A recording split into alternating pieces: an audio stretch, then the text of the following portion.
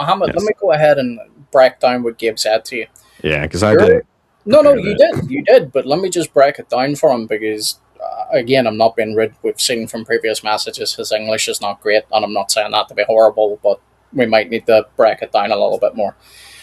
Your Quran repeatedly affirms that the Torah and the Gospel are revelations from Allah, right? It describes them as a guidance and a light. Okay? You've got that much. It tells Jews and Christians to judge by what is written in them. Key point, written in them, meaning they have them. It appeals to those very scriptures as authoritative during Muhammad's own lifetime. Then, at the very same time, the Quran insists that the words of Allah cannot be changed or corrupted. But you see, here's the problem coming up now, Muhammad. Islam also teaches that the core teachings of both the Torah and the Gospel, as Christians and Jews possess them, are false. Oh, magic. So, in one sense, they are the words of Allah, and in another sense, they got changed or corrupted. Now, the Torah and the Injil, they contradict Islamic theology on central points, especially the nature of God, the identity of Jesus, and the crucifixion. So this now creates what we call the Islamic Dilemma. So you're left with three logical options, Muhammad. First, if the Torah and the Gospel were still reliable in the 7th century, as the Quran assumes whenever it appeals to them, then Christianity and Judaism cannot be dismissed as having corrupted text. In that case, it's actually Islam that contradicts the earlier revelations that it claims to affirm. Are you starting to see the problem? Second, if the Torah and the Gospel were corrupted before Muhammad, then the Quran's repeated appeals to them are incoherent. If they were corrupted texts, why is your Quran telling us to go and judge by them? It would be directing people to judge by texts that were already unreliable, which undermines the Quran's own authority. Third and finally, my friend, and pay attention to this one because it's a doozy.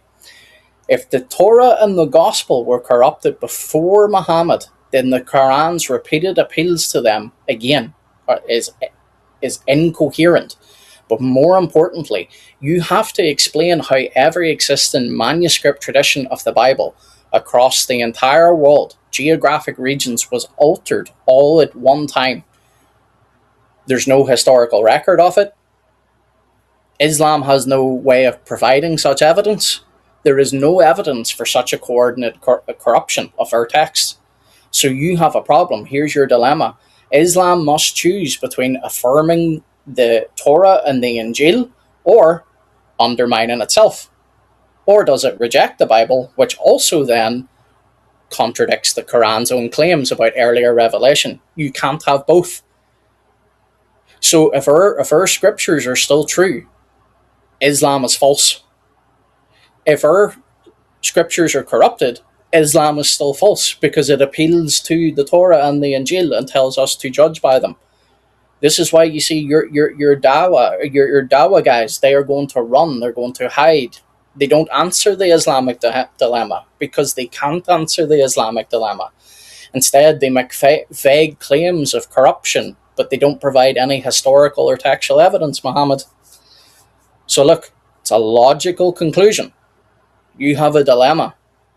Your Quran points towards our Bible and tells us to judge by it. But our Bible says on the things of the nature of God, Jesus Christ, the Trinity, all things, the crucifixion, all things that your text rejects. Well, guess what? That means your text is false. And even if, for argument's sake, somehow our texts are corrupt, that still invalidates your religion. It still makes your Quran false because Allah could not preserve his previous revelations. And guess what? He then tells people to go and judge by them. So either way, my friend, you're in a sticky wicket. You're in a sticky wicket, and this is why it's called the Islamic Dilemma, my friend, because you are in a dilemma.